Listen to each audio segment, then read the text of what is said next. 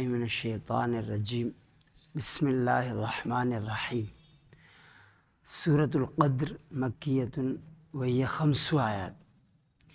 انا انزلناہ فی لیلۃ القدر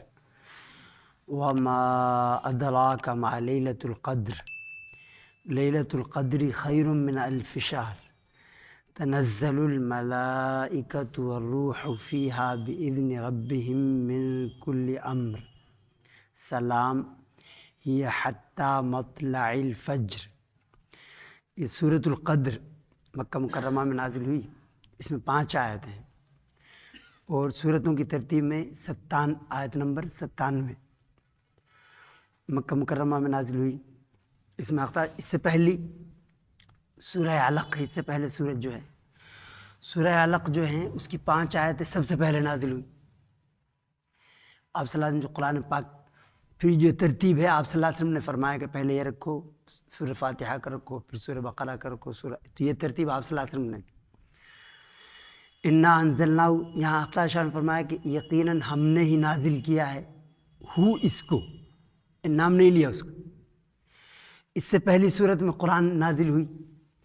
تو اس میں اشارہ ہے یعنی عظمت کی طرف، تو اس کی عظمت بڑائی کو بیان کرنے کے لیے فرمایا کہ ہم نے قرآن پاک کو نازل کیا۔ قرآن کی اہمیت، فضیلت، تو صرف ایک بڑا آدمی ہوتا ہے نا کہ وہ بولتے ذالک الکتاب، فرمایا وہ کتاب، تو قرآن پاک کے بہت سارے نام ہیں۔ الکتاب اس کا نام ہے، کمپلیٹ کتاب، یعنی دنیا کی، کائنات کی سب سے کمپلیٹ کتاب، سب سے سچی کتاب، کتاب الدنیا الاکبر، دنیا کی سب سے بڑی کتاب۔ الکتاب، الذکر اس کا نام، جیسے یہاں فرمایا انا انزلناہ فی لیلۃ القدر، ہم نے اسے لیلۃ القدر میں نازل کیا، یعنی اس کی عظمت، بڑائی بتانے کے لیے، یعنی وہ کتنی عظیم ہے اور وہ رات کتنی عظیم ہے جس میں اسے نازل کیا۔ وہاں فرمایا کہ ہم نے یہ جو انا نحن نزلنا ذکر، ایک نام ہے اس کا ذکر، الذکر، الذکر یعنی نصیحت، ان هو الا ذکر للعالمین، اور نصیحت ایسے نہیں خاص لوگوں کے لیے، خاص امت کے لیے، خاص قوم کے لیے، ذکر للعالمین دنیا جہان والوں کے لیے، سب کے لیے عالمی، ان هو الا ذکر للعالمین۔ سورہ بقرہ میں فرمایا شہر رمضان انزل فیہ القرآن، یہاں شب قدر میں فرمایا، وہاں شب قدر کی، یہ رمضان شریف کی رات ہوتی ہے شب قدر، تو وہاں فرمایا شہر رمضان، کہ رمضان کا جو مہینہ ہے الذی انزل فیہ القرآن، اسی میں قرآن مقدس نازل ہوا، ھدی للناس، وہ سارے انسانوں کے لیے ہدایت نامہ ہے، یہ مسلمانوں کے لیے نہیں، سارے انسانوں کے لیے ہدایت نامہ ہے۔ اب مسلمانوں کی یہ حال ہے وہ ناظرہ بھی نہیں پڑھنا جانتے بہت سے، ان میننگ پہ تو غور بعد میں کریں گے، اس کے الفاظ ٹھیک کرنے کی کوشش نہیں کرتے، اس کے الفاظ، اس کے معنی، اس کے احکامات، اس سے غفلت ہے۔ اللہ تعالیٰ شان اس کی عظمت بیان کرنے کے لیے فرمایا کہ یہ عظیم ترین کتاب ہے دنیا کی،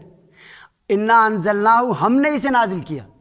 یعنی اللہ فرماتا ہے کہ آپ صلی اللہ علیہ وسلم نے گھڑ کے نہیں لکھا اسے، ہم نے اسے نازل کیا، یہ تو ہمارا کلام ہے۔ انا نحن نزلنا الذکر وانا لہ لحافظون، ہم نے ہی اس ذکر کو، قرآن کو نازل کیا اور ہم ہی اس کی حفاظت کریں گے، ہم ہی اس کی حفاظت کرنے والے، ورنہ تو خود مسلمان اس میں چینجنگ کر دیتے، چونکہ مسلمانوں بھی سوچ، الگ الگ سوچ کے لوگ ہیں، وہ اس میں کرتے، لیکن وہ بھی نہیں کر سکتے، چونکہ اللہ اس کے برخلاف عیسائیوں کی 4 انجیل ہیں، یعنی چینجنگ انہوں نے 4 بنا دی، اور بھی بہت ساری، ان کو یہ صدیوں بعد وہ لکھی گئی، تو ان میں تحریفات ایسی ہوئی کہ عجیب کہ سیدنا لوط علیہ السلام سے اللہ کی کشتی ہوتی ہے، ایسی کہ اسے پڑھ بھی نہیں پائے گا آدمی، ایسی باتیں اس میں لکھی ہیں۔ تو اللہ نے ان کی حفاظت کا وعدہ نہیں کیا تھا، اس کی حفاظت کا وعدہ کیا۔ تو اللہ فرماتا ہے انا انزلناہ فی لیلۃ القدر، ہم نے اس کو لیلۃ القدر، تو قدر کے معنی ایک ہیں حکم کے، لیلۃ الحکم یعنی جس میں احکامات نافذ ہوتے ہیں، وہ رات جس میں احکامات، ان کتنی عمر ہوگی، کتنا رزق دیا جائے گا، کتنی مدت وہ جیے گا، اس سال حج کرے گا، 1 سال کے، ایک رمضان سے دوسرے رمضان تک کے فیصلے فرشتوں کو سپرد کر دیے جاتے ہیں، سیدنا حضرت جبریل علیہ السلام، حضرت اسرائیل، حضرت اسرافیل، حضرت میکائیل، ان کے انڈر میں سارے فرشتے ہیں، ان کو دے دیے جاتے ہیں۔ تو فی لیلۃ القدر، ایک قدر کے معنی لیلۃ الشرف، لیلۃ تعظیم، یعنی عظمت والی رات، بڑائی والی رات۔ تو سیدنا ابن عباس رضی اللہ تعالی عنہما وہ اس کو کہتے ہیں لیلۃ التعظیم، شب قدر کو بولتے ہیں وہ لیلۃ التعظیم، تعظیم کی رات۔ اور جو وہ ہوتی ہے شعبان کی 15ویں شب، شب برات جسے بولتے ہیں، اس کو بولتے ہیں لیلۃ البرات فرماتے ہیں۔ اور عیدین کی جو 2 راتیں ان کو بولتے ہیں لیلۃ الجائزہ، انعام کی رات، انعام تقسیم ہوتا ہے اس میں۔ تو یہ عظمت والی رات ہے، بڑائی والی، شرف والی، فضیلت والی رات، فی لیلۃ القدر۔ وما ادراک ما لیلۃ القدر، سورہ دخان میں اللہ نے فرمایا انا انزلناہ فی لیلۃ مبارکہ، یعنی ہم نے اس کو، قرآن کو برکت والی رات میں نازل کیا، یعنی شب قدر میں۔ تو آپ صلی اللہ علیہ وسلم میں جو وحی کا سلسلہ شروع ہوا وہ شب قدر تھی، جب پہلی وحی آئی۔ حضرت ابن عباس رضی اللہ عنہ فرماتے ہیں کہ یہ لوح محفوظ سے آسمان دنیا پر ایک وقت میں بیت العزت ہے وہاں، اس پر نازل ہوا، ایک وقت میں یکبارگی ایک ساتھ۔ اور پھر بیت العزت سے آپ صلی اللہ علیہ وسلم پر حسب ضرورت، حسب وقائع وہ 23 سال تک نازل ہوتا رہا۔ وما ادراک ما لیلۃ القدر، اللہ فرماتا ہے اور آپ کیا جانو لیلۃ القدر کیا چیز ہے، یعنی اس شوق کو بڑھانے کے لیے، اس کی فضیلت بتانے کے لیے اللہ نے سوال فرمایا وما ادراک ما لیلۃ القدر، اور آپ کو کیا معلوم، آپ کو کیا خبر کہ لیلۃ القدر کیا چیز ہے، کتنی عظیم شان چیز ہے لیلۃ القدر۔ پھر فرمایا اس کی عظمت کو، اس کی بڑائی کو بیان فرمایا لیلۃ القدر خیر من الف شہر، جو شب قدر ہے وہ 1000 مہینوں سے افضل ہے۔ 1000 مہینے تقریباً 83 سال، اس سے زیادہ ہوتے 83 سال، تو ایک شب جو ہے وہ 83 سال عبادت کرنے سے افضل ہے۔ لیلۃ القدر خیر من الف شہر، اس کا شان نزول بھی ہے کہ آپ صلی اللہ علیہ وسلم نے ذکر فرمایا کہ بنی اسرائیل میں ایسے ایک مجاہد فی سبیل اللہ ہوئے کہ وہ اللہ کی راہ میں 1000 مہینے تک وہ کرتے رہے، جہاد فی سبیل اللہ کرتے رہے، یعنی عبادت اطاعت میں لگے رہے۔ تو امت صحابہ نے رشک کیا اس پر، تمنا کی کہ کتنی لمبی عمریں تھیں ان کی، اور ہماری جو امت ہے اس کی کتنی مختصر عمریں ہیں۔ تو حق تعالیٰ شانہ نے یہ انعام فرمایا، یعنی شب قدر مرحمت فرما دی کہ ایک رات عبادت کرنا وہ 83 سال تک عبادت کرنے سے بہتر ہے، یعنی وہ 83 سال جن میں کوئی شب قدر نہ ہو۔ لیکن ہمارے ہاں ہوتا ہے کہ اس کی ناقدری ہوتی ہے، شب قدر کی ناقدری ہوتی ہے، یعنی اس میں تو اہتمام نہیں کرتے، لیکن جو ہے جو 15 شعبان کی جو رات ہے اس میں اہتمام کرتے ہیں، اس میں ایسا اہتمام کرتے ہیں گاڑیاں چلاتے بہت تیز، فسادات ہو جاتے ہیں، کسی کا بلب توڑ دیا کسی، تو وہ نہیں، یعنی وہ ناقدری، وہ شب قدر کیا اتنا اہتمام نہیں کرتے، لائٹنگ کرتے ہیں، چائے پی پی کے اسے گزارتے، چائے پی کے نہیں، وہ اطاعت میں، وہ اور وہ بھی نفلی عبادت، یعنی گھروں میں کرے آدمی، اس کے یہ نہیں کہ سب کو پریشان کر دو، سب کو جگا دو۔ اب وہ انتظامیہ پوچھتی ہے کہ یہ کیا بلا آ جاتی ہے، کسی میں موٹر سائیکل چلاتے ہیں، تو مطلب یہ اس کا حصہ ہے کیا عبادت کا؟ یعنی سیکورٹی والے یہ پوچھتے ہیں کہ یہ نوجوان جو دوڑتے پھرتے ہیں پوری رات بھر تو ریسنگ چل رہی ہے، تو کیا اس کا حصہ ہے کیا؟ یہ تو آفت جان ہے، ان کی ڈیوٹی کے لیے دقت ہو جاتی ہے، ایکسیڈنٹ ہو جاتے ہیں وہاں، اور اس کی ناقدری کرتے ہیں شب قدر کی۔ آپ صلی اللہ علیہ وسلم کے اس کا اہتمام فرماتے، اس قدر اہتمام فرماتے، کبھی کبھی پورا رمضان اس کو تلاش کرتے۔ حضرت علی رضی اللہ تعالیٰ عنہ، حضرت عبداللہ بن مسعود رضی اللہ تعالیٰ عنہ یہ فرماتے ہیں کہ ہم آپ کے ساتھ تھے پہلے عشرے میں، رمضان شریف کے پہلے عشرے میں شب قدر کی تلاش میں۔ پھر جب پہلا عشرہ پورا، پہلے 10 دن پورے ہو گئے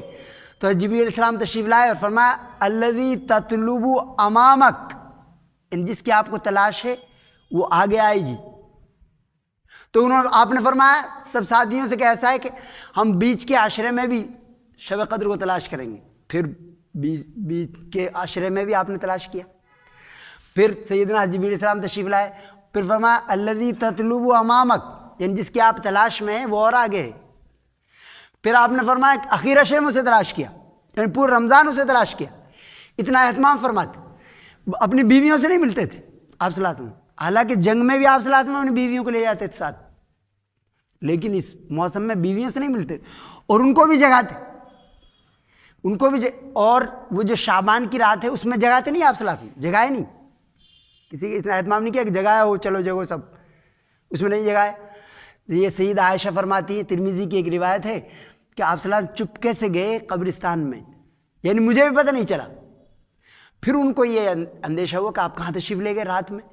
تو پیچھے پیچھے گئی تو پتہ چلا آپ قبرستان میں تھے، یعنی ان کو جگایا نہیں کہ تم اٹھو، لیکن اس کے لیے جگا دے، اس کا اہتمام فرماتے، یعنی جس کا اہتمام آپ صلی اللہ علیہ وسلم فرماتے ہم اس کا اہتمام نہیں کرتے، اور جس کا اہتمام نہیں کیا اس کا ہم اہتمام کر دیں، سب پلٹ دیا۔ تو اللہ فرماتا خیر من الف شہر تنزل الملائکہ، تو آپ نے اخیر اشرے میں اسے تلاش کیا، تنزل الملائکہ، اور قرآن پاک کا دور کرتے ہیں سیدنا جبریل علیہ السلام سے، اور جو آخر رمضان آپ کی زندگی میں آیا اس میں 2 بار دور کیا جبریل علیہ السلام سے، قرآن کی اہمیت، قرآن کا دور، قرآن کو پڑھنا، قرآن کی تلاوت، اس کے معنی، اس کے احکامات، اس کی نصیحت، اس کی ہدایات۔ تنزل الملائکہ، تو پھر اس کی فرمایا تنزل الملائکہ، اور اس کی خوبیاں کیا ہیں، اس کی عظمت فضیلت کیا ہے؟ تنزل الملائکہ، فرشتے اس میں اترتے، یعنی من اکثر من عدد الحصا، یعنی حدیث میں آیا جو کنکر پتھر ہیں ان سے زیادہ تعداد میں آتے ہیں فرشتے، شب قدر میں نازل ہوتے ہیں، اترتے ہیں، اور وہ رحمت کی دعائیں کرتے ہیں۔ ایک میں وہ سلام کرتے ہیں، جو شخص عبادت میں، تلاوت میں، ذکر میں، تسبیح میں مشغول ہے اس کے لیے وہ سلام، اس سے سلام کرتے ہیں، دعائیں کرتے ہیں اس کے لیے۔ تنزل الملائکۃ والروح فیہا، اور خاص طور سے روح فرشتہ یعنی جبریل علیہ السلام، ایک روایت میں کہ یہ کوئی مقرب ترین فرشتہ ہے بہت بڑا جو صرف شب قدر میں ہی آتا ہے۔ والروح فیہا، تو روح فرشتہ اور تمام فرشتے جبریل علیہ السلام تشریف لاتے ہیں اس شب میں، اس رات میں، بِإِذْنِ رَبِّهِمْ، اپنے رب کے حکم سے، اس یعنی تیرے رب کے حکم کے علاوہ کچھ نہیں ہوتا یہاں، تیرے رب کے حکم سے ہی آتے ہوں۔ آپ صلی اللہ علیہ وسلم فرماتے ہیں جبریل علیہ السلام سے کہ آپ تشریف نہیں لاتے، ملاقات نہیں ہوتی، تو آپ نے فرمایا کہ ہم تو اللہ کے حکم سے آتے ہیں، جب اس کا حکم ہوتا ہے تو آتے۔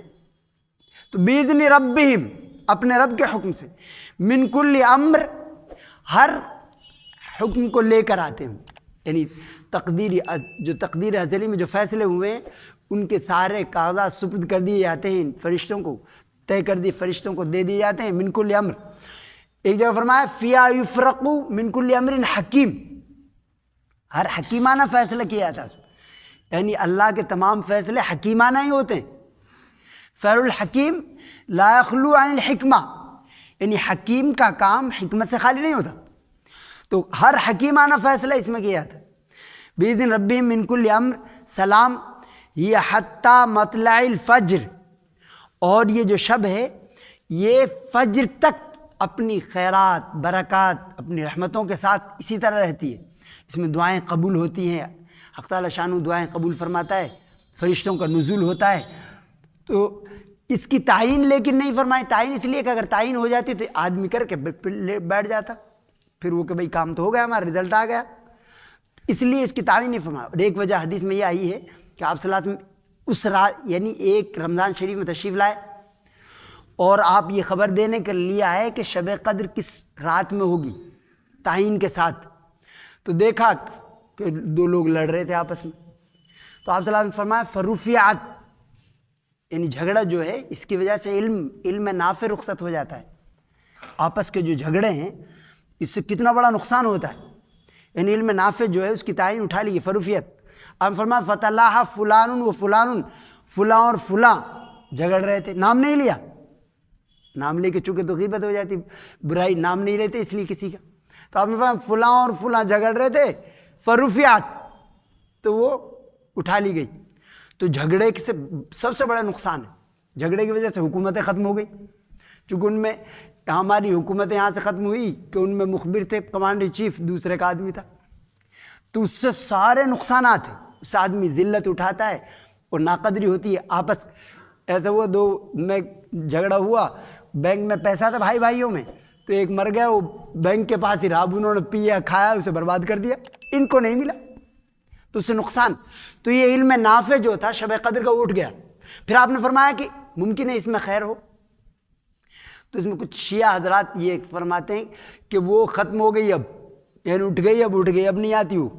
لیکن اس میں حدیث میں آگے فَلْتَمِسُوهَا، اگر ایسا ہوتا تو آپ صلی اللہ علیہ وسلم آگے ہی نہیں فرماتے کہ اسے تلاش کرو، یعنی جب وہ ہمیشہ کے لیے اٹھ گئی تو اسی حدیث میں آگے یہ فرمایا فَلْتَمِسُوهَا فِي التَّاسِعَةِ وَالسَّابِعَةِ وَالْخَامِسَةِ، اب اسے ایسا کرو 27ویں شب میں، 25ویں شب میں اور 29ویں شب میں تلاش کرو، ان کے علاوہ اور کوئی نہیں کہتا۔ تو ان کو خاص طور سے جو رمضان کا آخری عشرہ ہے اس کی جو وطر راتیں ہیں ان میں تلاش کرو، 21ویں، 23ویں، 25ویں، 27ویں، 29ویں اور آخر رات، اس میں تلاش کرو آپ نے فرمایا۔ تو آپ اس کا اہتمام فرماتے۔ سیدہ عائشہ صدیقہ رضی اللہ تعالیٰ عنہ، ان کا احسان ہے کہ انہوں نے وہ سوال پوچھ لیا پہلے ہی، آپ سے پوچھا کہ اللہ کے رسول اگر مجھے توفیق ہو جائے اور شب قدر مل جائے تو میں کیا اللہ سے مانگوں؟ تو آپ نے فرمایا کہ اللہ سے مانگو اللہم انکا عفو تحب العفو فاعف عنی، اے اللہ اللہم انکا عفو، تو بے پناہ معاف کرنے والا ہے۔ تو معافی سے زندگی آسان ہو جاتی، وہ تکبر سے، غرور سے، گھمنڈ سے، معاف نہ کرنے سے کہ ہم تمہیں معاف نہیں کریں گے، ہمارے جنازے کی نماز میں نہیں آنا، یہ اللہ کو سخت ناپسند ہے۔ اللہ کو معافی پسند ہے، وہ زندگی اس کی آسان ہو جاتی ہے کہ لوگوں کو معاف کر دو، اور اگر تم نے غلطی کی ہے تو لوگوں سے معافی مانگ لو، اس سے زندگی آسان ہو جاتی۔ ورنہ دل میں کینہ لے کے رہو پھرو، دیکھ کے ادھر منہ پھیر لیا، اسے ادھر منہ بنا لیا، اسے سلام نہیں کریں گے، اس سے زندگی بھی کڑوی ہو جاتی، زندگی جہنم بن جاتی۔ تو فرمایا کہ معافی مانگو اللہ سے، اللہ کو معافی پسند ہے، دوسروں کو معاف کر دو۔ اللہم انکا عفو تحب العفو فاعف عنی، یعنی یہ فرما کہ یہ مانگ لو، یہ سب، یعنی اللہ معاف فرما دے تو اس سے بڑا کیا ہے؟ ایک مجرم کو اگر معاف کر دے، چلو سب بری ہیں، باعزت بری کر دی جاتے ہیں، سب سے بڑی عزت کی بات ہے۔ تو اس لیے اللہ سے اگر شب قدر کی توفیق ہو ملے تو یہ مانگ، معافی مانگ۔ آپ صلی اللہ علیہ وسلم جو دعائیں مانگتے ہیں ان میں سے ایک ہی اللہم انی اسألک العفو والعافیہ والمعافات فی الدنیا والآخرہ، اللہ اسألک العفو والعافیہ، معافی طلب کرتا ہوں، اور عافیت، ایمان کے بعد عافیت اللہ کی سب سے بڑی نعمت ہے، یعنی عافیت، جسمانی عافیت، مالی عافیت، تو اور والمعافات فی الدنیا والآخرہ، دنیا اور آخرت میں عافیت، یعنی اللہ عافیت سے گزار دے۔ تو اس لیے آج دوسروں کو معاف کرنا، اور اگر تم سے غلطی ہوئی ہے دوسروں سے معافی مانگ لینا، یہ اللہ کو بہت پسند ہے۔ سیدہ عائشہ صدیقہ کا احسان ہے، انہوں نے یہ سوال ہمارا پوچھ لیا پہلے ہی، اور پھر بتا دیا کہ ایسا موقع ہو، ایسا عظیم الشان موقع ہو، شب قدر کا توفیق ہو جائے تو یہ مانگو اللہ سے معافی کے، معاف فرما، اللہم انکا عفو تحب العفو فاعف عنی۔ وَلَهُ مَا سَكَنَ فِي اللَّيْلِ وَالنَّهَارِ وَهُوَ السَّمِيعُ الْعَلِيمُ اللہم انا نسألک من خیر ما سألک منہ نبیک محمد صلی اللہ علیہ وعلى آلہ وصحبہ وسلم ونعوذ بک من شر ما استعاذ منہ نبیک محمد صلی اللہ علیہ وعلى آلہ وصحبہ وسلم وانت المستعان وعلیک البلاغ ولا حول ولا قوة الا باللہ۔ یا اللہ محض من فضل سے، محض من رحمت سے، بغیر استحقاق کے ہمارے گناہوں کو معاف فرما۔ یا اللہ ہماری خطاؤں کو درگزر فرما۔ یا اللہ ہر کفر کو، ہر شرک کو اسلام اور ایمان میں تبدیل فرما۔ یا اللہ ہر معصیت، ہر گناہ کو اطاعت میں تبدیل فرما۔ یا اللہ جو پریشان حال ہیں پریشانی دور فرما۔ یا اللہ جو بیمار ہیں ان کو شفا کو نصیب فرما۔ یا اللہ قائد صاحب کے جو بڑے بھائی اور جتنے ہمارے بھائی بیمار ہیں، محض من فضل سے، محض من رحمت سے، بغیر استحقاق میں صحت، عافیت، صحت عاجلہ مستمر عطا فرما۔ یا اللہ محض من فضل سے، محض من رحمت سے، بلا استحقاق تمام گناہوں کو معاف فرما۔ یا اللہ جو پریشان حال ہیں پریشانی کو دور فرما۔ یا اللہ جو ناجائز مقدمات میں ماخوذ ہیں، گرفتار ہیں، ان کو باعزت بری اور رہا فرما۔ یا اللہ جو مقروض ہیں ان کے قرضوں کی ادائی غیب سے نظم فرما۔ یا اللہ جو نیک رشتوں کی تلاش میں وزن فصل نیک رشتوں کا غیب سے نظم فرما۔ یا اللہ اپنی سچی محبت، سچی معرفت پیدا فرما، اپنے رسول پاک صلی اللہ علیہ وآلہ آلہ وصحبہ وسلم کی سچی محبت، سچی اطاعت پیدا فرما۔ یا اللہ ہمارے افراد کی، ہمارے اداروں کی حفاظت فرما۔ یا اللہ ہماری جان، مال، عزت آبرو کی حفاظت فرما۔ یا اللہ جب تک ہمیں زندہ رکھ، اسلام پر، ایمان پر، قرآن و سنت پر زندہ رکھ، جماعت ایمان عطا فرما۔ یا اللہ اس مجلس قبول فرما، ہمارے دعا قبول فرما۔ صلی اللہ علیہ خیر خلق محمد وآلہ وصحبہ وسلم تسلیما برحمتک یا ارحم۔